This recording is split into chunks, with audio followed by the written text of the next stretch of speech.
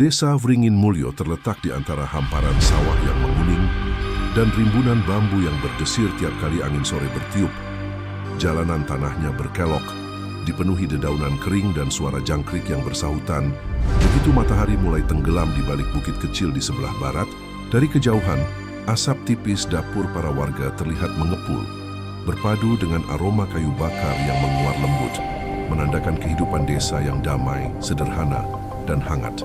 Namun di balik ketenangan itu, ada satu rumah yang selalu menarik perhatian siapapun yang melintas. Rumah janda kembang bernama Sarina. Sarina tinggal di sebuah rumah kayu tua di pinggir dusun. Diapit dua pohon mangga besar yang daunnya rimbun menutupi sebagian atap rumah. Dari luar, rumah itu tampak terawat. Catnya sudah agak pudar, namun bersih dan wangi bunga melati selalu tercium dari halaman depan. Sarina memang gemar menanam bunga. Di antara pot-pot tanah liat, tumbuh mawar merah, kenanga, dan melati yang ia rawat dengan penuh kasih. Setiap pagi, ia menyiram tanaman itu sambil bersenandung lirih. Lagu-lagu Jawa lama yang ia pelajari dari mendiang suaminya, Paidi, lelaki yang dulu dikenal baik dan rajin di desa. Sudah 3 tahun Sarina menjanda. Kecelakaan tragis menimpa Paidi saat ia sedang menebang bambu di ladang belakang rumah. Pohon yang ditebangnya tiba-tiba tumbang tak terkendali, menimpa tubuhnya hingga meninggal di tempat. Saat itu Sarina masih berusia 31 tahun. Sejak hari pemakaman suaminya, wajahnya jarang terlihat tersenyum. Namun waktu berjalan dan perlahan-lahan, pesonanya justru makin memancar. Kulitnya tetap halus, matanya teduh namun menusuk. Dan setiap kali ia berbicara, tutur katanya lembut namun berwibawa. Setiap pagi, Sarina terlihat berjalan ke pasar sambil membawa bakul anyaman berisi jamu yang ia racik sendiri. Ramuan itu ia pelajari dari ibunya dulu. Campuran kunyit, asam, jahe, dan madu. Para ibu-ibu desa sering membeli jamunya karena khasiatnya terbukti membuat badan segar dan wajah berseri. Tapi dari hari ke hari, bukan hanya ibu-ibu yang datang ke rumahnya, para pemuda, bahkan beberapa lelaki yang sudah beristri, mulai sering berkunjung dengan berbagai alasan. Ada yang pura-pura membeli jamu, ada yang sekadar ingin mengobrol sambil menyeruput teh buatan Sarina yang terkenal harum. Rumor pun mulai menyebar seperti api di tengah ilalang kering. Katanya, Sarina memiliki pelet katanya. Siapapun yang menatap matanya terlalu lama akan jatuh cinta. Katanya lagi, ia sering terlihat berbicara sendiri di belakang rumah setiap malam, seperti orang sedang membaca mantra. Tak sedikit perempuan di desa yang merasa terganggu. Mereka berbisik-bisik di pos ronda, di warung, bahkan di surau setelah salat maghrib. Janda kembang itu memang cantik, tapi aneh. Suaminya belum lama meninggal. Sudah banyak yang datang ke rumah. Bisik Budarmi, pemilik warung di pinggir jalan. Katanya malam-malam sering kelihatan ada cahaya di dapurnya. Mungkin dia main ilmu pengasihan, sahut Buminah, menatap arah rumah Sarina dengan pandangan curiga. Gosip itu akhirnya sampai juga ke telinga Sarina. Tapi ia tak pernah menanggapi. Baginya diam adalah cara terbaik bertahan di tengah tajamnya lidah manusia. Hari-hari berjalan seperti biasa. Pagi untuk bekerja, siang untuk beristirahat, dan malam untuk merenung sendirian. Namun ada satu hal yang selalu mengganggu ketenangan Sarina, suara langkah kaki. Setiap malam sekitar pukul 11, saat lampu minyak sudah mulai padam dan hanya suara jangkrik yang terdengar. Langkah-langkah itu datang, pelan, tapi jelas. Seperti seseorang berjalan mengitari rumahnya, lalu berhenti tepat di depan jendela kamar. Pernah suatu kali, Sarina memberanikan diri mengintip dari celah jendela. Tapi tak ada siapapun, hanya daun bambu bergoyang dan suara angin menggulung pelan dari arah utara. Malam-malam berikutnya, suara itu tetap datang, kadang terdengar dari arah sumur, kadang dari belakang rumah tempat Sarina menjemur pakaian. Ia mencoba menenangkan diri, menganggap itu hanya hewan malam. Tapi entah mengapa, bulu kuduknya selalu berdiri setiap kali langkah itu berhenti tepat di depan pintu. Seolah-olah ada seseorang yang menatapnya dari luar. Suatu pagi, Sarina terbangun dengan perasaan aneh. Di depan pintu rumahnya, ada seikat bunga melati yang masih segar, terikat dengan benang merah. Ia tertegun. Tak ada yang tahu ia menyukai melati. Selain mendiang suaminya, ia mengangkat bunga itu perlahan, mencium aromanya, tapi hatinya justru bergetar dingin. Saat ia hendak membuang bunga itu, dari kejauhan terdengar suara seseorang memanggil pelan, hampir seperti bisikan Rina. Suaranya lirih, tapi sangat jelas, seperti suara laki-laki yang pernah begitu akrab di telinganya. Sarinah menatap sekeliling, tapi tak ada siapapun di luar pagar. Ia memejamkan mata, mengusap dadanya yang berdebar. Mungkin cuman angin, gumamnya, mencoba menenangkan diri. Tapi semenjak hari itu, ia sering merasa diawasi. Bahkan di siang bolong, ketika ia sedang menumbuk jamu di dapur, ia bisa merasakan ada tatapan yang mengikuti geraknya dari arah belakang. Desa Wringin Mulyo, yang biasanya terasa ramah, mendadak seperti menyimpan rahasia. Kadang di sore hari, anak-anak yang bermain di jalan depan rumah Sarinah tiba-tiba berhenti dan menatap ke arah jendela, lalu lari ketakutan tanpa alasan. Suatu ketika, seorang bocah bercerita pada ibunya bahwa ia melihat bayangan laki-laki berdiri di dalam rumah Sarinah. Padahal saat itu Sarinah sedang sendiri. Warga desa makin yakin ada sesuatu yang aneh di rumah itu, namun tak ada yang berani menegur langsung. Mereka hanya bisa berbisik di belakang, menuduh, menebak-nebak, dan menambah bumbu cerita agar semakin menyeramkan. Sarinah sendiri hidup di antara dua dunia, yang nyata dan yang tak kasat mata. Ia masih berusaha menata hidupnya, mencari ketenangan di tengah rasa sepi yang tak berkesudahan. Setiap malam sebelum tidur, ia menyalakan dupa kecil di meja dekat jendela dan berdoa agar suaminya tenang di alam sana. Tapi entah kenapa, setiap kali ia memejamkan mata, wajah suaminya makin kabur. Sementara bayangan seseorang yang lain mulai muncul, seorang pemuda dengan senyum yang ia kenal, menatapnya dari kegelapan. Malam itu, angin bertiup lebih kencang dari biasanya. Tirai jendela berayun pelan, dan suara langkah itu kembali datang, tapi kali ini berbeda, lebih berat, lebih dekat. Lalu terdengar suara ketukan lembut di pintu depan 3 kali, tok, tok, tok.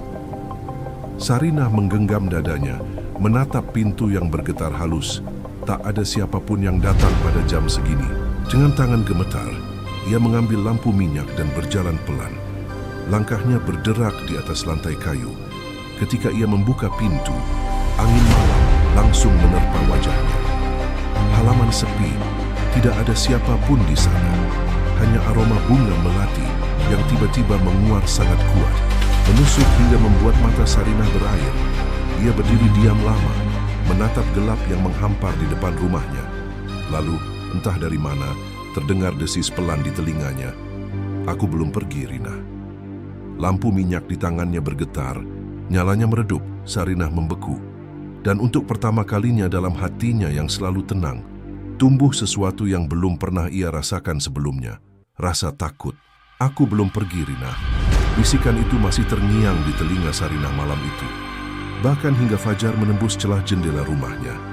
Tubuhnya masih gemetar ketika ayam jantan mulai berkokok dari kejauhan. Udara pagi yang biasanya sejuk kini terasa dingin menusuk, seperti menyimpan sesuatu yang belum selesai. Ia memejamkan mata, berharap semua yang ia alami semalam hanya mimpi buruk. Tapi aroma melati yang masih melekat di udara mengingatkannya, apa yang ia dengar bukan ilusi. Ada sesuatu atau seseorang yang benar-benar datang. Saat sinar matahari mulai menembus dinding bambu dapurnya, Sarinah menyalakan tungku dan menyiapkan jamu seperti biasa. Suara air mendidih dan aroma rempah berusaha menenangkan hatinya. Tapi pikirannya melayang jauh ke masa lalu, ke wajah seorang pemuda yang dulu sering menemaninya ke pasar. Bagas. Bagas, nama itu seperti luka yang belum kering. Lelaki berkulit sawo matang dengan sorot mata teduh. Itu dulu adalah sosok yang selalu membuat pagi-pagi Sarinah berwarna 2 tahun lalu, ketika hidupnya mulai stabil setelah kepergian Paidi. Bagas sering datang ke rumahnya dengan alasan sederhana. Membantu mengangkat kendi jamu atau memperbaiki pagar bambu yang mulai rapuh. Ia selalu datang dengan senyum lebar dan sapaan ceria. "Pagi, Mbak Rina, sudah siap jamunya hari ini." Sarinah yang awalnya kikuk, lama-kelamaan terbiasa dengan kehadiran Bagas. Ada ketulusan di wajah pemuda itu, sesuatu yang membuatnya merasa aman. Mereka sering berjalan beriringan ke pasar, melewati jalan setapak di antara sawah yang masih basah oleh embun. Bagas selalu menuntun sepeda bututnya, sementara Sarinah memegang bakul jamu di belakang. Mereka mengobrol tentang hal-hal ringan, harga rempah, kabar warga, bahkan tentang mimpi Bagas untuk membuka warung kecil suatu hari nanti.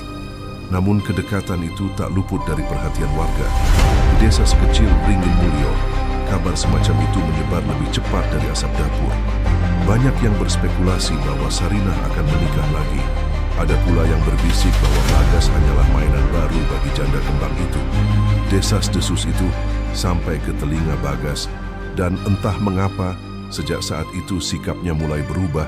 Suatu sore, di bawah pohon randu di tepi sawah, Bagas memberanikan diri berbicara. "Mbak Rina," katanya pelan menunduk, suaranya bergetar seperti tertiup angin. "Aku tahu banyak orang ngomongin kita, tapi aku nggak peduli. Aku cuma mau bilang, aku sayang sama Mbak." Sarinah tertegun, hatinya bergetar, tapi bukan karena bahagia. Ada rasa bersalah yang menekan dadanya. Ia tahu, sejak awal Bagas menaruh hati, namun dalam hatinya, luka kepergian Paidi belum benar-benar sembuh. Ia menatap Bagas lama, mencoba menyusun kata yang tak akan melukai. "Bagas," katanya lirih, "aku berterima kasih, tapi aku belum siap. Aku masih harus belajar ikhlas. Aku belum bisa membalas perasaan siapapun." Raut wajah Bagas seketika berubah, matanya redup, senyumnya hilang. "Jadi, aku cuma dianggap pengantar jamu gitu, Mbak?" Suaranya meninggi namun masih bergetar. "Bukan begitu," jawab Sarinah cepat. "Aku hanya... Tapi semua orang sudah tahu aku sering ke rumahmu. Mereka bilang aku bakal jadi suamimu. Sekarang aku harus jawab apa, Mbak?" Sarinah tak bisa berkata apa-apa. Ia tahu di mata warga, penolakan ini akan jadi bahan ejekan. Tapi ia lebih takut menipu dirinya sendiri. Ia tak ingin menerima cinta yang belum siap ia terima. "Maafkan aku, Gas, aku nggak bisa." Bagas berdiri kaku, memalingkan wajah. "Kalau begitu, mulai besok aku nggak akan ganggu lagi, Mbak. Anggap aja aku nggak pernah ada." Setelah kalimat itu, ia pergi tanpa menoleh. Sarinah hanya bisa memandangi punggungnya yang menjauh di antara ladang padi, merasa seperti kehilangan sesuatu yang tak bisa dijelaskan. Sejak hari itu, Bagas benar-benar menghilang dari hidupnya. Tak pernah lagi datang membantu, tak lagi menyapa di pasar. Kabar yang beredar, ia lebih banyak berdiam di rumah, jarang keluar, dan sering duduk sendirian di teras menatap kosong ke jalan. Warga mulai berbisik bahwa Bagas kecewa berat, bahkan ada yang bilang ia sering terlihat berbicara sendiri di malam hari, seperti orang sedang mengadu pada seseorang yang tak terlihat. Minggu-minggu berlalu, Sarinah mencoba melupakan, tapi rasa bersalah terus menghantuinya. Kadang di tengah malam, ia terbangun dengan bayangan wajah Bagas di dalam pikirannya. Ia sempat ingin datang untuk meminta maaf, tapi rasa canggung menahannya. Dia berpikir waktu akan menyembuhkan duka itu. Sayangnya, waktu justru membawa kabar yang lebih kelam. Suatu pagi, desa digemparkan oleh jeritan dari rumah keluarga Bagas.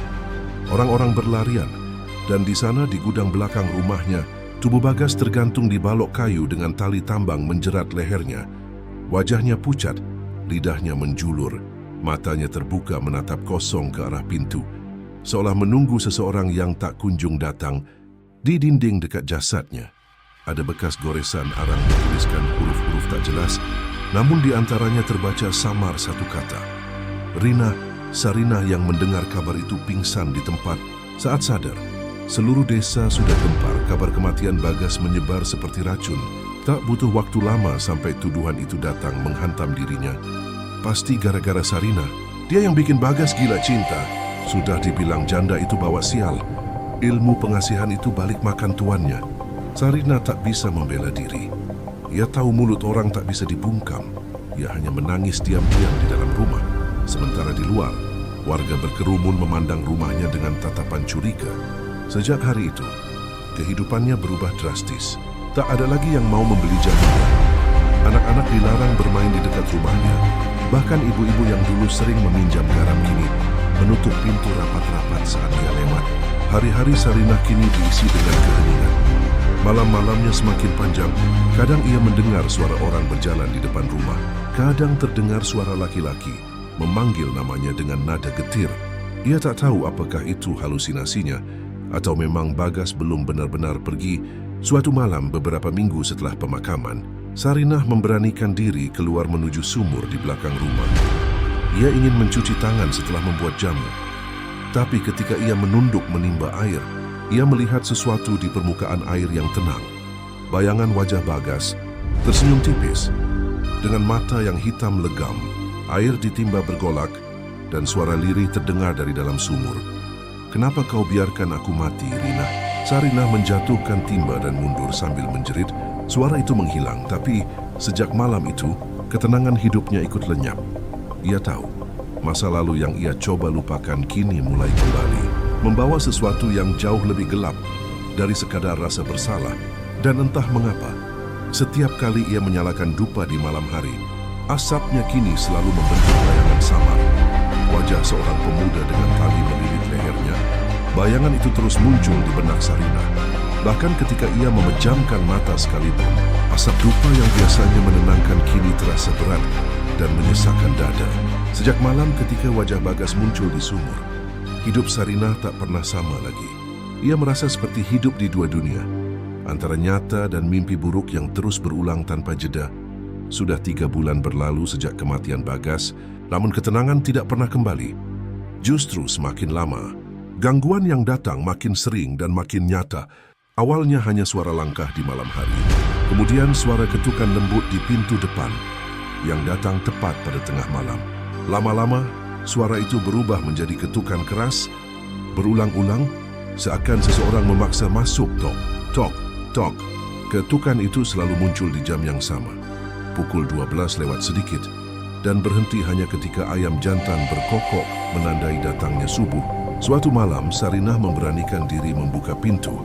Saat ketukan itu datang, tangan gemetarnya memegang gagang pintu sambil menggenggam lampu minyak. Begitu pintu terbuka, angin malam langsung berembus kencang, membuat nyala lampu bergoyang liar. Halaman tampak kosong, hanya bayangan pohon mangga yang menari-nari di tanah. Tapi di sana, tepat di depan pintu, ia melihat seikat bunga melati segar, sama seperti yang ia temukan dulu. Terikat dengan benang merah, Sarinah menelan ludah. Matanya menatap bunga itu lama. Lalu tanpa sadar ia berbisik, "Bagas." Tidak ada jawaban. Tapi dari arah sumur belakang terdengar suara lirih, seperti bisikan dari dalam tanah. "Rina." Suara itu pelan, serak, dan begitu nyata, ia menjerit kecil menjatuhkan lampu minyak, membuat cahaya padam seketika. Dalam gelap, ia merasakan dingin merayap dari ujung kaki ke tengkuknya. Dan entah kenapa, aroma melati semakin menyengat, menyatu dengan bau tanah basah dan sesuatu yang amis. Keesokan paginya, Sarinah menemukan salah satu ayam peliharaannya mati, tergeletak di bawah tangga dapur. Tubuh ayam itu utuh, tapi dari lehernya mengalir darah kental berwarna hitam. Ia memucat, membuang bangkai ayam itu ke sungai, lalu membersihkan darahnya dengan air sumur. Tapi saat ia menimba air, permukaannya beriak pelan, seperti ada yang mengaduk dari dalam.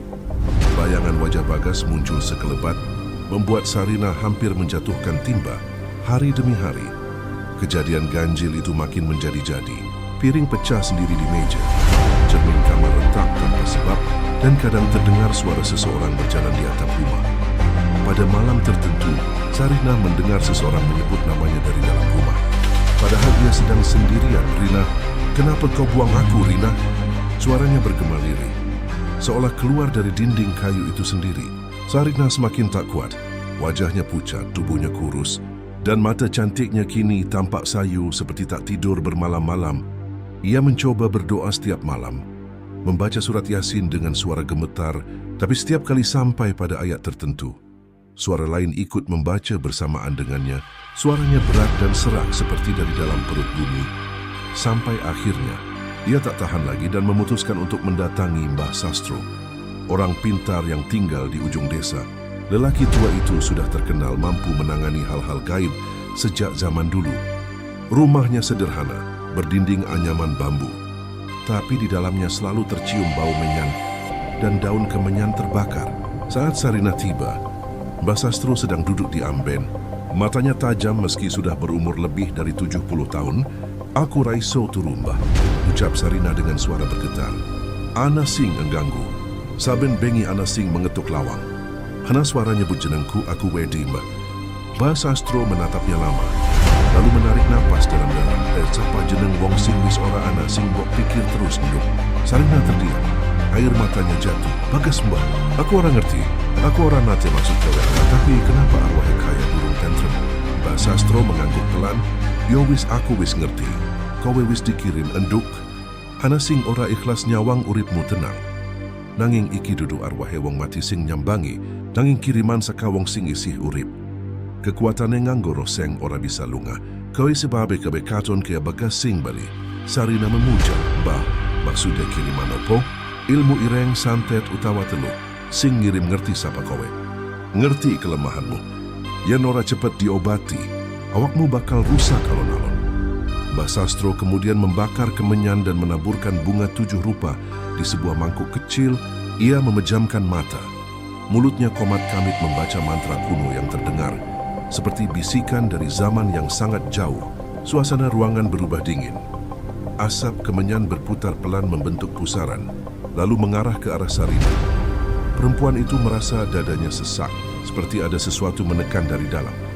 Ia terbatuk keras, dan dari mulutnya keluar cairan hitam pekat, berbau busuk. Wis metu sertifik, gemah Mbah Sastro menahan. Tapi iki durung rampung, aku arep gawe panggonan kanggo penjagaan. Malam itu juga, Mbah Sastro datang ke rumah Sarina. Ia menaruh sesajen di depan rumah, nasi tumpeng kecil, bunga melati, dan telur rebus yang ditancapkan jarum di atasnya. Di sampingnya, ia menanam paku kecil yang sudah dibacakan doa. Iki kanggo nutup dalan rosing dikirim, nanging ngelingga enduk. Yen sing ngirim kui kuat, deweke ora bakal meneng wae.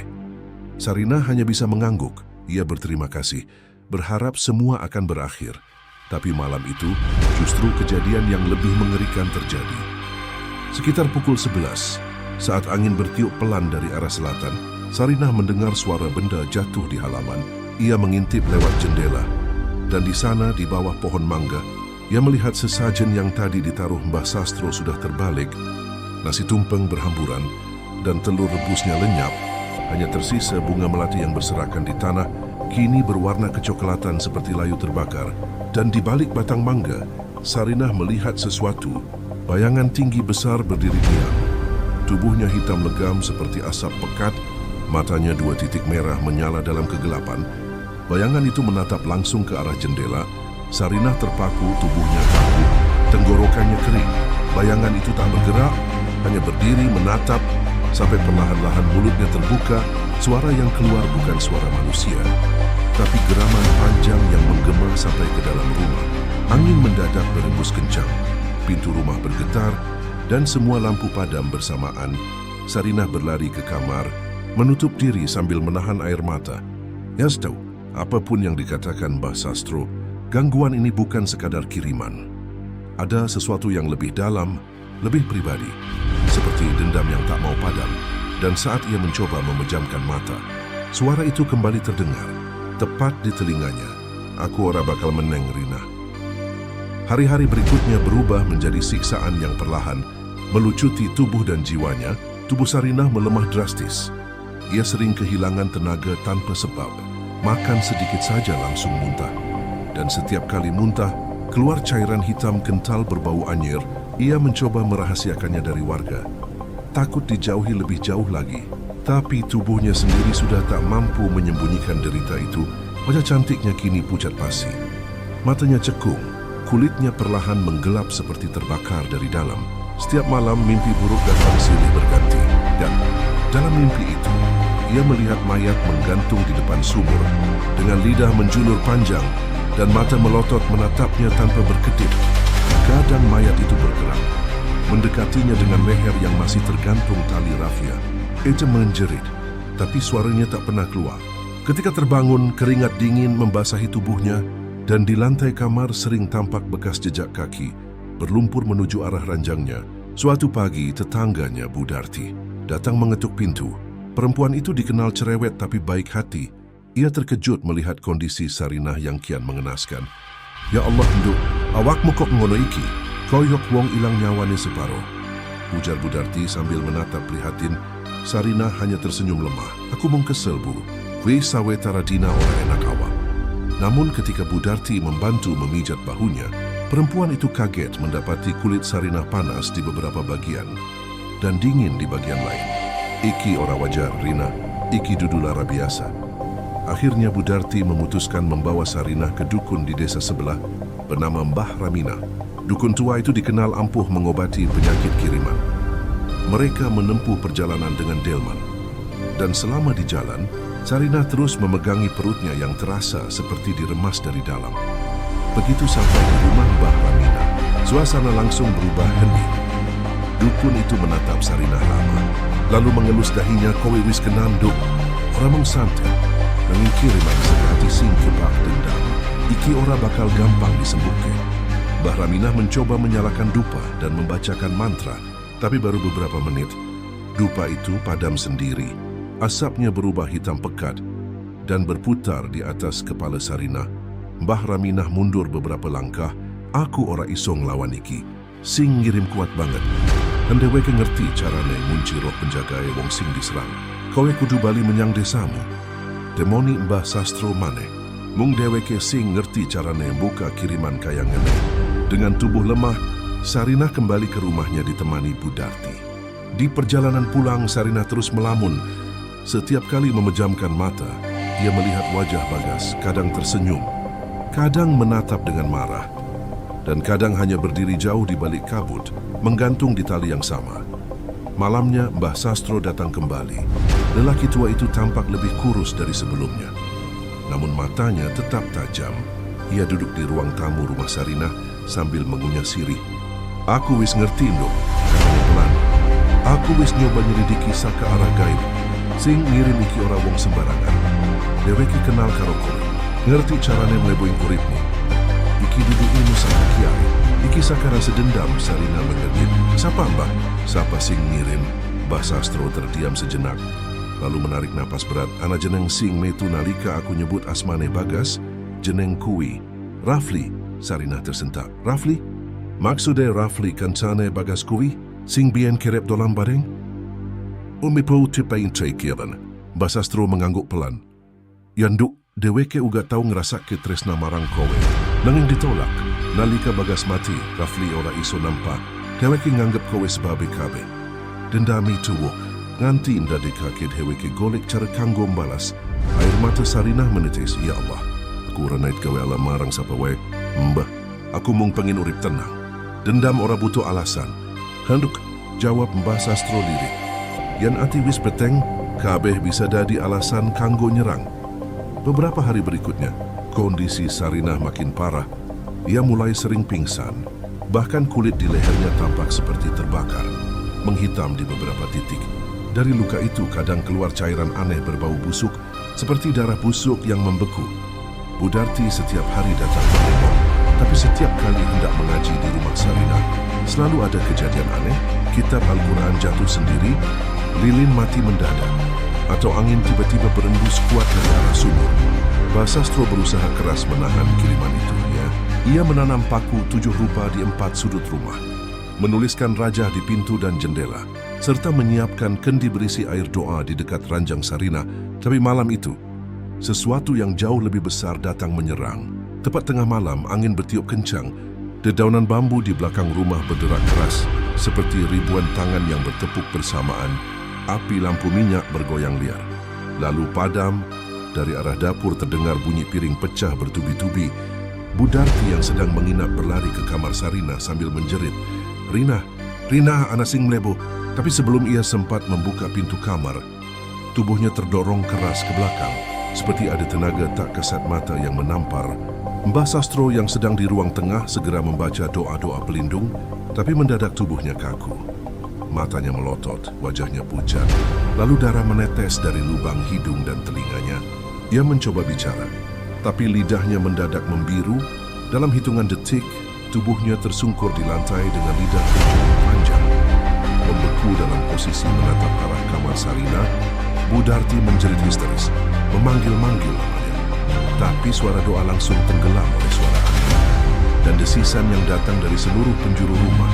Dalam remang, Sarinah melihat sosok hitam berdiri di ambang pintu kamarnya.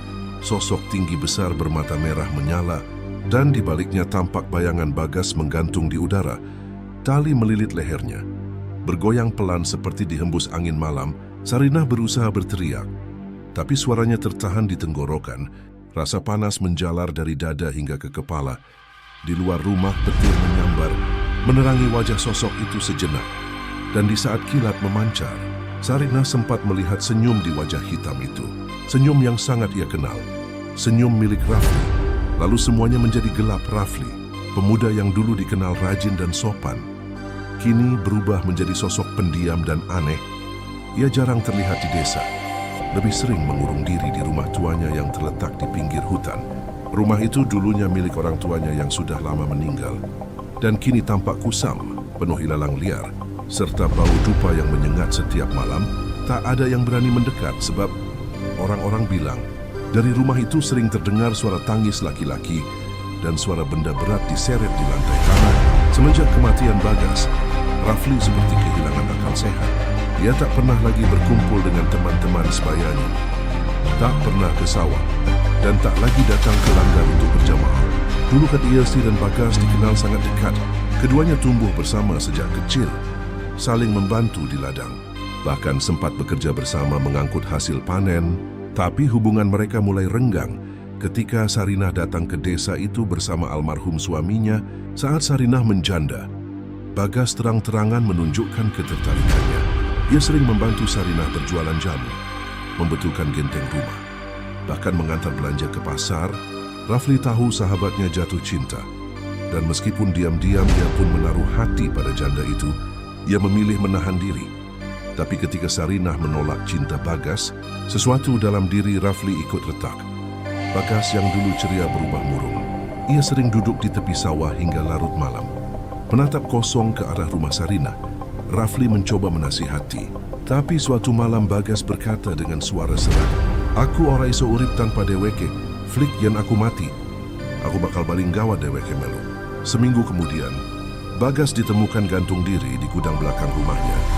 Rafli yang pertama kali menemukan mayat itu saat ia memotong tali rafia yang menilit leher sahabatnya. Darah mengucur dari hidung Bagas, menetes ke tangannya. Dalam keheningan itu, Rafli berbisik, "Aku sumpah, Sarinah bakal ngerasake sengsara sing pada karo kowe." Sumpah itu menjadi bara yang membakar jiwanya selama berbulan-bulan.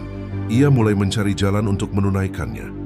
Dari kabar burung, Rafli mendengar tentang seorang dukun di lereng Gunung Kidul yang dikenal bisa menguasai ilmu pengikat roh dan memanggil arwah orang mati. Dengan niat penuh dendam, Rafli pergi meninggalkan desanya diam-diam dan tinggal di sana selama hampir setahun.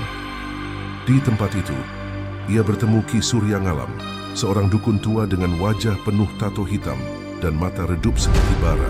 Dari lelaki itulah Rafli belajar segala bentuk ilmu hitam. Cara menanam paku gaib di tubuh orang dari jarak jauh, cara menumbalkan darah, dan terutama cara mengikat roh orang mati agar bisa dikendalikan. Dalam satu ritual yang paling gelap, Rafli disuruh membawa sesuatu yang milik almarhum Bagas. Ia membawa sehelai rambut dari sisir Bagas yang disimpannya sejak dulu.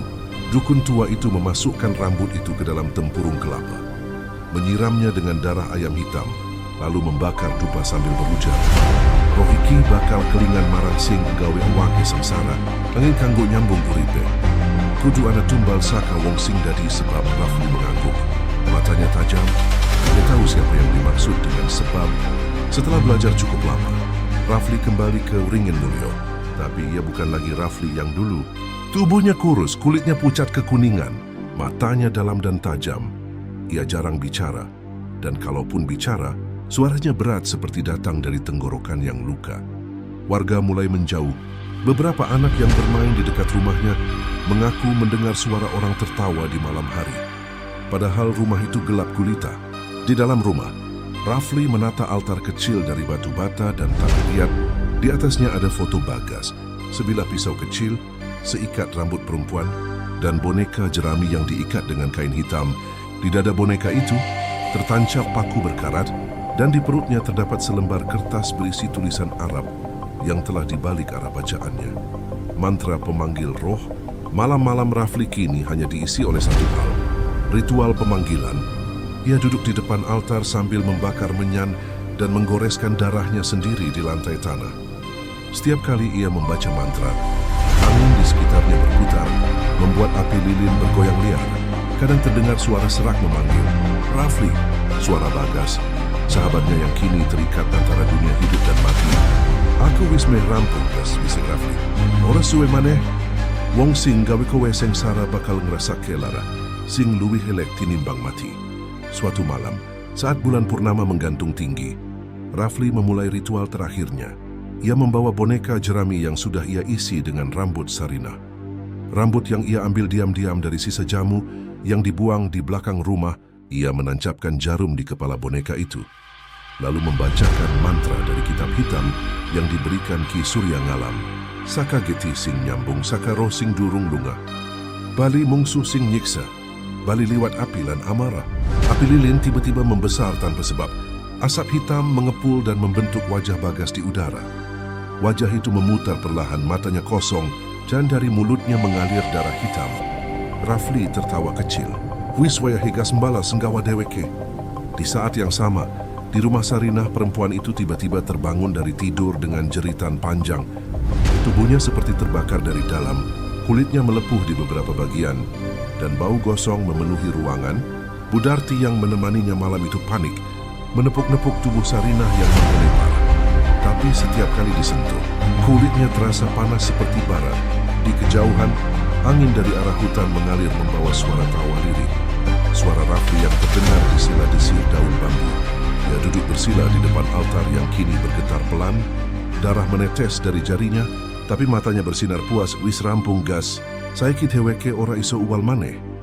Namun dalam kegelapan rumah tuanya itu, di balik suara puasnya sendiri, ada bisikan lain yang perlahan terdengar.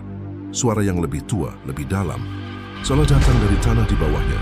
"Rafli, sing dolanan geni bakal kobong dewek." Rafli tersentak, menatap sekeliling. Api lilin tiba-tiba padam dan ruangan gelap gulita. Hanya tersisa wajah Bagas di udara yang kini tersenyum. Tapi bukan senyum sahabat, melainkan senyum arwah yang sudah mulai lapar. Wajah Bagas yang tersenyum di udara lenyap bersamaan dengan padamnya api lilin, meninggalkan gelap pekat dan hawa panas yang menggumpal. Tapi di rumah Sarinah, jeritan masih terdengar, panjang, serak, dan memilukan. Tubuhnya menggeliat di lantai, seolah ada sesuatu yang menyayat dari dalam dagingnya sendiri. Budarti yang ketakutan hanya bisa menangis, memeluk tubuh Sarinah yang menggigil di antara bau gosong dan darah yang merembes dari pori-porinya. Sejak malam itu, hidup Sarinah berubah menjadi neraka yang berjalan. Rumahnya tidak lagi terasa seperti tempat tinggal manusia. Bau busuk menempel di udara, campuran antara daging busuk dan belerang terbakar. Lalat-lalat mengerumuni jendela. Meski tidak ada makanan di sana, dinding kayu mulai berjamur dan mengeluarkan noda hitam seperti darah yang merembes dari balik papan. Air sumur di belakang rumahnya yang dulu jernih kini berubah merah kecoklatan. Saat Sarinah menimba air, warnanya seperti darah segar. Ia sempat berpikir mungkin karena tanahnya terkontaminasi. Tapi ketika ia tuang ke ember, air itu mengeluarkan bau amis yang menyengat dan kadang berbuih sendiri. Dari permukaan air, sering muncul gelembung kecil seolah ada yang bernafas dari bawah. Malam-malamnya menjadi ujian bagi kewarasan. Kadang tubuhnya terasa panas seperti terbakar, lalu mendadak berubah dingin menggigil. Pada kulit perut dan punggungnya muncul luka-luka kecil yang seperti bekas sayatan. Setiap kali ia mencoba tidur, terasa ada sesuatu yang merayap di bawah kulitnya, bergerak, menekan lalu menggores dari dalam. Ia menjerit sampai suara seraknya habis. Tapi setiap kali fajar tiba, luka-luka itu mengering dengan sendirinya, meninggalkan bekas kehitaman di seluruh tubuh. Warga desa yang dulunya hanya berbisik kini mulai menjauh total. Anak-anak dilarang lewat depan rumahnya. Beberapa bahkan bilang kalau setiap malam dari celah genting rumah Sarinah keluar asap tipis berwarna merah dan terdengar suara laki-laki menangis. Desa Wringin Mulyo yang biasanya damai kini dipenuhi ketakutan. Tak ada yang berani menolong. Namun pada suatu sore, datang seorang lelaki paruh baya bernama Pak Rendra. Ia mengenakan sarung lusuh dan peci hitam yang sudah memudar warnanya. Lelaki itu dulunya seorang kiai yang cukup disegani, tapi memilih mundur dari kehidupan pesantren setelah istrinya meninggal. Ia pernah bersahabat dengan almarhum suami Sarinah, Paidi, dan begitu mendengar kabar tentang penderitaan janda itu, Ia datang tanpa banyak bicara. Assalamualaikum. Duk, suaranya berat namun lembut. Kowe ora kenal maneh aku yo. Aku Rendra, kancane Alm Paidi. Aku teka ora arep nyalahke sopo-sopo, aku mung arep nulungi. Sarinah menatapnya dengan mata cekung penuh air mata. Ia sudah tak punya tenaga untuk bicara banyak. Pak, tulung aku ora kuat maneh. Saben wengi aku krungu suara, aku ndelok dheweke. Bagas, aku ora ngerti iki dosana. Pak Rendra menatapnya dengan iba. Ora kabeh sing katon iku roh wong mati. Enduk, kadang mung hawa panas saka dendam sing diundang manungsa dewe. Tapi yang kui bener kemungkinan, isi anacara kanggo ngendeki. Lelaki itu kemudian memeriksa setiap sudut rumah. Ia menemukan paku karatan di bawah ranjang, tanah kuburan di depan pintu, dan bulu ayam hitam yang diikat dengan benang merah di atap. Ia tahu itu semua adalah media kiriman santet. Dengan hati-hati, ia mengumpulkan benda-benda itu, membakarnya di luar rumah sambil membaca doa. Asap tebal mengepul ke langit, dan dari balik asap itu terdengar suara desis, seperti ular yang kesakitan. Namun Pak Rendra tahu, benda-benda itu hanya media luar. Sumber kutukannya sudah terpatri di tubuh dan jiwa Sarinah. Kowe kudu ruwatan, enduk, katanya serius. Ora bisa mung nganggo doa biasa, iki kudu tirakat, aku bakal bantu. Nanging kudu ana tikad saka awakmu dewe. Iki perang antarane urip lan pati. Malam itu juga, mereka memulai ritual pembersihan. Di ruang tengah rumah, Pak Rendra menyalakan 3 buah lilin putih dan menaruh kendi berisi air zam-zam yang ia bawa dari pesantren lamanya. Ia memintal benang putih panjang, mengikatkannya di pergelangan tangan Sarinah sebagai tanda pengikat niat. Saat jam menunjukkan pukul 12 malam, ia mulai membaca ayat-ayat suci. Suaranya dalam dan tegas. Sarinah duduk bersila di depannya. Tubuhnya masih lemah, tapi matanya terpejam penuh pasrah. Di luar angin bertiup semakin kencang. Suara daun bambu bergesekan seperti ribuan bisikan. Tiba-tiba lilin bergetar hebat. Api menari-nari seolah akan padam. Pak Rendra terus membaca. Tapi saat mencapai ayat tertentu, angin dingin masuk dari jendela yang tertutup rapat. Lilin padam bersamaan dan ruangan gelap gulita. Dalam kegelapan itu, terdengar suara tawa lirih, suara laki-laki berat dan menyakitkan telinga. Kowe pikir doa esok nyelamet ke dheweke? Pak Rendra memejamkan mata, membaca doa lebih keras. Tapi dari arah belakang, suara kursi diseret pelan, diikuti suara napas berat. Sarinah menegang. Ia mulai mengerang, menggigil, dan tiba-tiba menunduk tajam, seperti seseorang menahan sakit luar biasa. Rina, suara itu keluar dari mulutnya sendiri. Bukan suaranya, tapi suara Bagas. Pak Rendra tersentak. Allahu Akbar. Mundur, roh durjana. Iki duduk panggonanmu. Namun Sarinah, atau sesuatu di dalam tubuhnya, tertawa keras. Kepalanya menengadah, matanya terbuka lebar, tapi pupilnya berubah hitam sepenuhnya. Kenapa kau buat aku mati, Rina? Kenapa kau tertawa saat aku gantung diri? Pak Rendra membeku sejenak. Ia tahu kalimat itu bukan kebetulan. Itu kenangan yang hidup kembali. Ia menggenggam tasbih dan mulai membaca doa pengusir jin dengan lantang. Tapi setiap kali menyebut nama Allah, tubuh Sarinah melengkung ke belakang.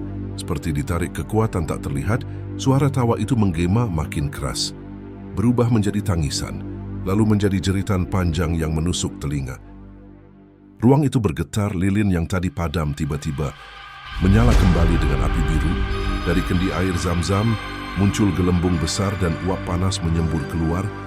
Pak Rendra mencoba menaburkan air itu ke tubuh Sarinah, tapi setiap tetes yang jatuh justru menimbulkan asap putih seperti air menyentuh bara api. Ya Allah, iki dudu roh Bagas, iki jinsing nganggo rupane, teriak Pak Rendra. Ia memaksa melanjutkan doa sementara Sarinah meronta sekuat tenaga. Tangannya menampar lantai, kukunya berdarah. Aku orang mati, Rina. Aku isi kene. Angin makin kencang. Jendela terbuka sendiri, membuat gorden berkibar liar.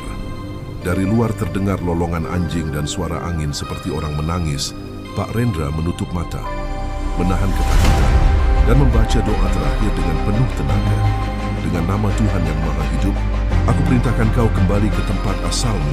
Seketika itu juga, tubuh Sarinah terangkat beberapa senti dari lantai, lalu jatuh keras. Api lilin padam total, dan semuanya sunyi. Hanya napas Sarinah yang tersengal dan suara air menetes dari kendi yang kini retak di lantai. Pak Rendra terduduk lemas, keringat membasahi seluruh tubuhnya. Ia tahu, malam ini bukan akhir dari teror, hanya jeda singkat sebelum badai yang lebih besar datang. Karena dari jauh di arah hutan bambu, suara tawa Rafli kembali terdengar pelan. Tapi pasti, kowe ora bakal menang, Kiai Tua iki durung rampung. Suara tawa Rafli yang menggema dari arah hutan masih terngiang di telinga Pak Rendra. Bahkan setelah malam menjadi sunyi kembali, angin yang tadi menderu perlahan mereda, menyisakan aroma anyir dan debu belerang yang menyesakkan dada. Di lantai, Sarinah terbaring dengan tubuh gemetar, matanya terpejam, dan bibirnya bergerak-gerak seolah masih berbisik sesuatu.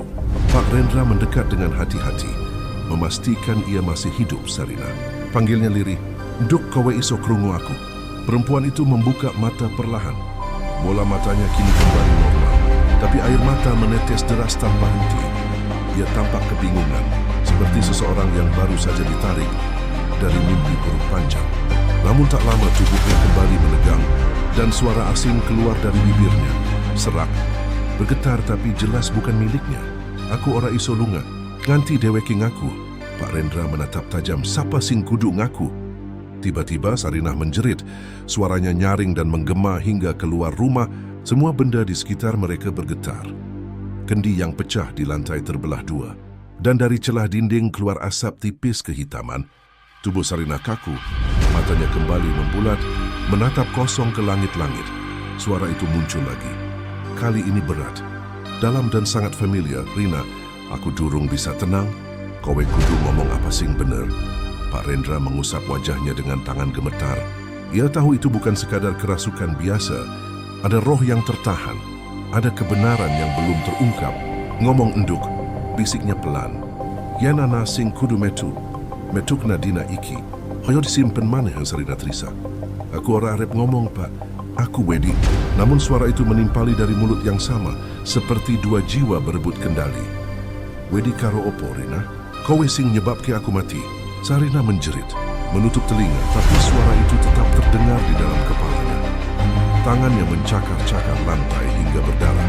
"Ora Bagas, aku ora arep nyelakani kowe. Aku mung kesel."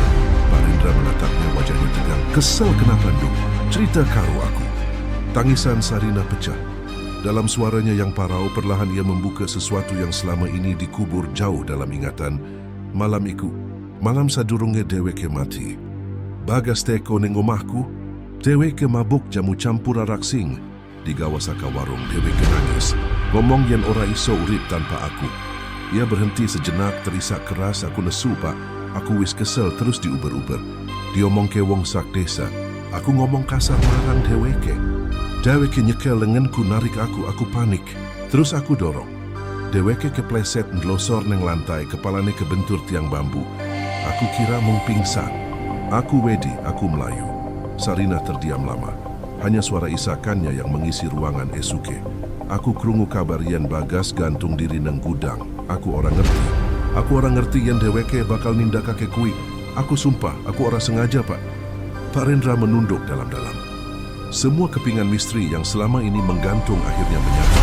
Bukan sekadar penolakan cinta, ada rasa bersalah, ada rahasia berdarah di balik keheningan Sarinah selama ini. Namun belum sempat ia menenangkan perempuan itu. Hawa di sekitar rumah drastis. Lilin yang mereka nyalakan kembali hidup sendiri dengan api biru. Dari luar terdengar suara ketukan keras 3 kali, pelan tapi memaksa. Dari arah pintu depan, Pak Rendra refleks berdiri, membaca doa perlindungan. Tapi suara itu makin keras, dan tiba-tiba dari celah bawah pintu mengalir darah segar yang menetes perlahan, membentuk jejak menuju kaki Sarinah.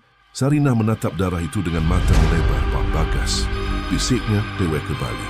Dalam sekejap, tubuhnya kembali menggeliat. Ia berteriak keras, sementara dari tubuhnya keluar asap hitam tipis yang berputar-putar seperti kabut hidup. Di antara kepulan asap itu, samar-samar muncul wajah Bagas, pucat, lidah menjulur. Lehernya penuh bekas tali, dan matanya kosong menatap lurus ke arah Sarinah. "Kowe wis ngomong sebagane, Rina. Tapi dosa ora iso mung dibersihake nganggo nangis." Pak Rendra menatap ngeri, tapi segera sadar bahwa roh itu benar-benar menuntut pengakuan penuh dan penebusan Ia berusaha menengahi, suaranya tegas namun bergetar. "Bagas, yen pancen rohmu durung tenang. Iki dudu dalan, jalah kelan ngukum ora bakal ngilangke loro singko ya rasa, ninggal nona." Namun wajah Bagas di udara menatap tajam. "Aku ora iso lunga, Rafli wis janji bakal balik. Nyawane bakal dadi ganti." Nama itu disebut Rafli. Seketika ruangan terasa bergetar. Sarinah berteriak. Memegangi dadanya, Pak Rendra menatap, menyadari roh Bagas dan Rafli kini terikat dalam satu dendam yang sama. Malam itu, jauh di pinggir hutan, Rafli yang sedang melakukan tirakat di gubuknya tiba-tiba membuka mata. Api kecil di hadapannya menyala besar tanpa sebab. Di hadapannya, kendi tanah liat berisi darah ayam hitam mulai mendidih. "Rina wis ngaku, Mas," bisik suara di telinganya, lirih tapi jelas. "Saiki wayahe nyawane mbayar." Rafli tersenyum miring, matanya merah membara. Akhirnya, roh Bagas wis tenang, saiki giliranku ngerampungke.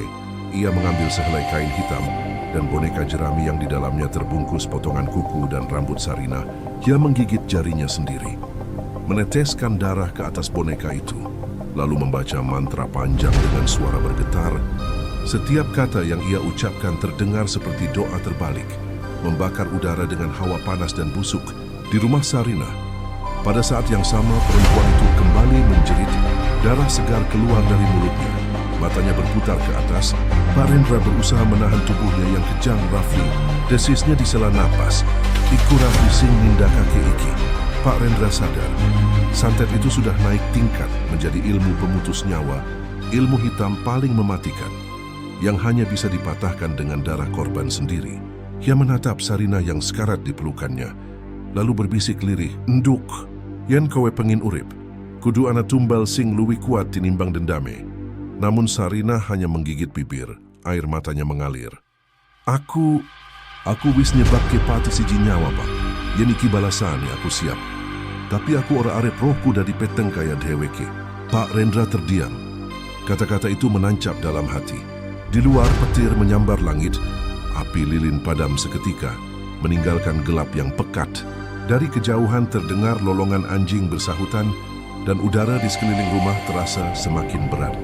Malam itu, pengakuan telah terucap, tapi kutukan belum berakhir. Sebab ketika darah Sarinah menetis ke tanah, hawa panas menyebar ke seluruh desa. Dan di kejauhan, Rafli tertawa puas. Ia tidak tahu bahwa dengan membangkitkan roh Bagas, ia juga telah membuka gerbang yang tak seharusnya terbuka. Gerbang antara dendam manusia dan kutukan neraka. Dan malam pun menelan segalanya, menyisakan hanya suara angin dan janji kematian yang belum ditepati. Malam itu langit beringin mulyo memerah seperti bara, petir menyambar-nyambar di atas pepohonan bambu yang meliuk keras ditiup angin, seakan alam sendiri murka, menandai bahwa sesuatu yang tak wajar akan terjadi. Dan di tengah derasnya hujan dan kilatan kilat yang memecah langit, desir angin panas dari arah hutan membawa aroma darah dan belerang. Menandakan satu hal, Rafli sedang menuju rumah Sarinah. Suara langkahnya berat, menghentak di tanah becek. Di tangannya tergenggam erat boneka jerami yang telah ia basahi dengan darahnya sendiri. Di wajahnya tak ada lagi bayangan pemuda desa yang dahulu dikenal sopan. Kini hanya ada sorot mata merah menyala. Wajah pucat seperti tak lagi mengenal batas antara hidup dan mati.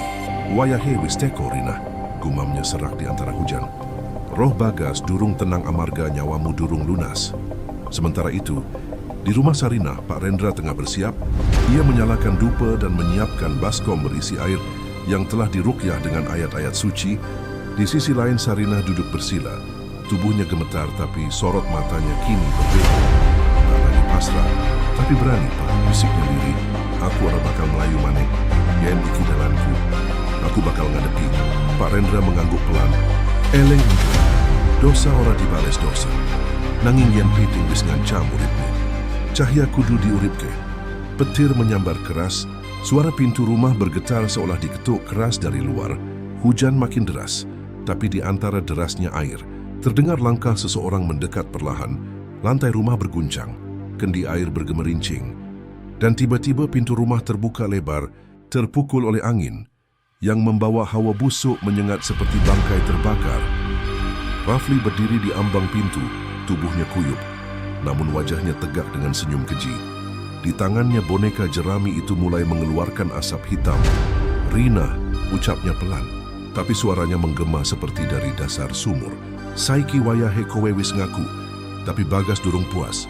Sarina berdiri dengan gemetar, memegangi kalung kecil yang diberikan Pak Rendra, berisi ayat pelindung yang ditulis di kertas kuno. "Rafli, aku nyuwun pangapunten. Sakabehe iki salahku, nanging iki duduk dalam sing bener." Rafli tertawa lirih, tawa yang tak manusiawi. "Pangapunten ora iso nguripke wong sing wis mati." Ia mengangkat boneka itu tinggi-tinggi, membaca mantra dalam bahasa kuno yang memekakkan telinga. Api biru muncul di ujung jarinya, menjilat boneka itu perlahan. Dan di saat yang sama, tubuh Sarina terhempas ke dinding, seolah ditarik kekuatan tak kasat mata. Pak Rendra langsung menaburkan air ruqyah ke arah Rafli, dan teriakan mengerikan terdengar. Asap putih dan hitam bertabrakan di udara, menciptakan suara seperti logam beradu. Semua benda di rumah mulai berterbangan, kursi, kendi, bahkan tikar melayang di udara. Lilin di setiap sudut padam, hanya tersisa cahaya kilat yang menembus jendela. "Astagfirullah," desis Pak Rendra. "Iki duduk manungsa maneh." Rafli menatapnya dengan mata melotot. "Sira orang ngerti opo-opo, Rendra. Iki kanggo Bagas. Rohe kudu tenang, lan mung patia janda iku sing isom bayar." Sarina terhempas ke lantai, tapi berusaha bangkit. Darah menetes dari sudut bibirnya. Dengan sisa tenaga, ia meraih kendi air suci dan melemparkannya ke arah Rafli. Air itu menimpa dada Rafli, membuat kulitnya mendidih dan mengeluarkan asap. Ia menjerit, namun dari balik jeritan itu, terdengar suara lain, suara Bagas. "Cukup, Rafli. Wis cukup." Suara itu menggema di seluruh ruangan.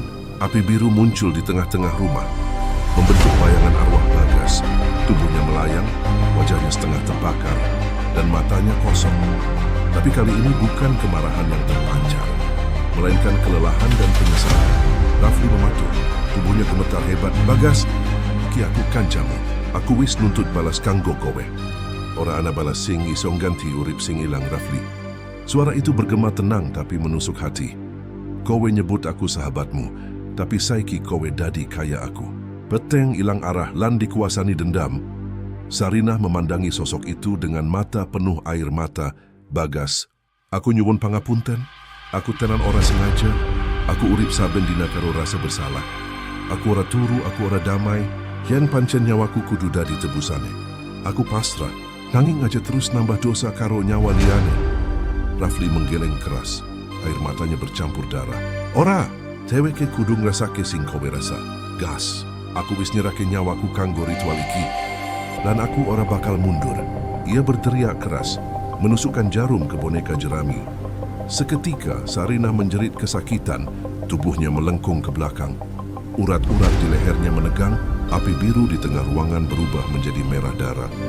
Petir menyambar tepat di atas rumah, memecahkan genting, dan hujan masuk dari atap menimpa ketiganya. Namun air yang jatuh itu bukan sekadar hujan biasa. Ia berkilau terang seperti air suci yang turun dari langit. Pak Rendra segera membaca doa lebih keras. Suaranya menandingi gemuruh petir. "Allahu Akbar. Yen iki pancen cobaan, tunjukna cahayamu." Sinar dari air itu mulai mengelilingi tubuh Sarina, membuatnya berpendar lembut. Boneka di tangan Rafli terbakar dengan sendirinya. Rafli berusaha menahannya, tapi dari dalam api itu keluar tangan hitam. Tangan arwah Bagas. Tangan itu mencengkeram dada Rafli kuat-kuat. "Wis wayahe kancaku, saiki awakmu sing kudu lunga." Rafli menjerit keras. Api membungkus tubuhnya, tapi bukan api biasa. Api dingin, tak berasap, namun memakan jiwa perlahan. Matanya terbuka lebar, menatap Sarina yang kini bersinar di tengah hujan deras. Dalam sekejap, tubuh Rafli terseret masuk ke dalam kegelapan api biru. Bersama suara Bagas yang memudar, meninggalkan hanya hening dan bau hangus di udara.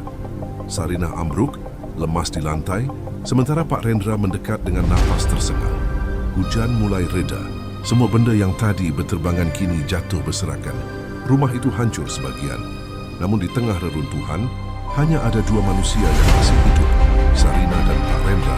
"Wes rampung enduk," ujar Pak Rendra pelan, menatap langit yang kini mulai terang. Petenge wis sirna, namun Sarina menatap kosong ke depan.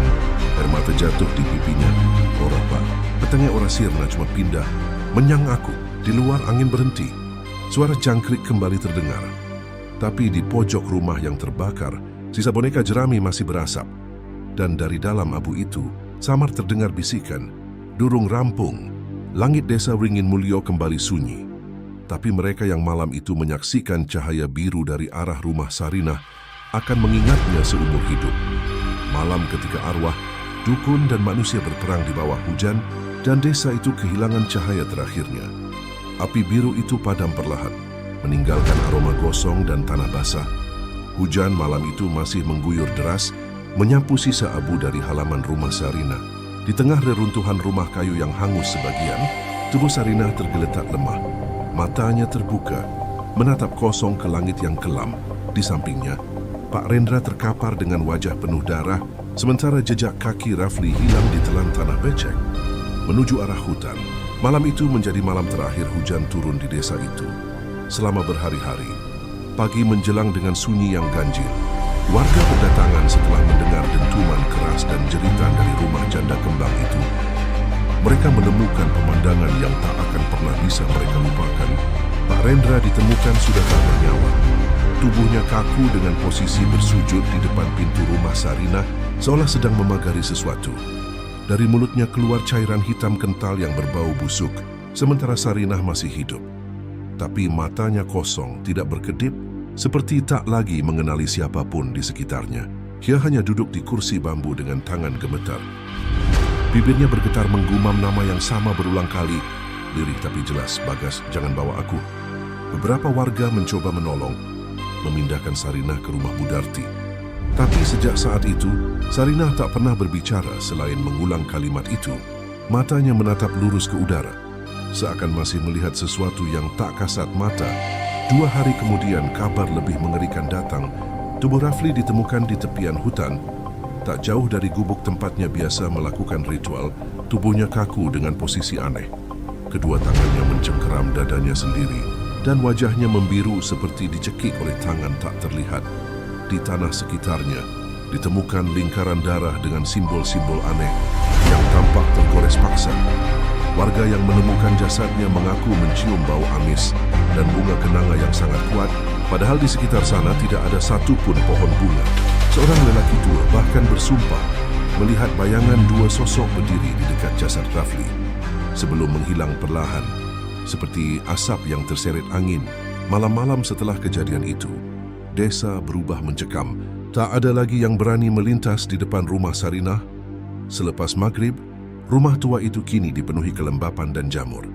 Tapi lampu di ruang tamunya selalu menyala samar. Kadang terlihat bayangan seseorang berdiri di dekat jendela.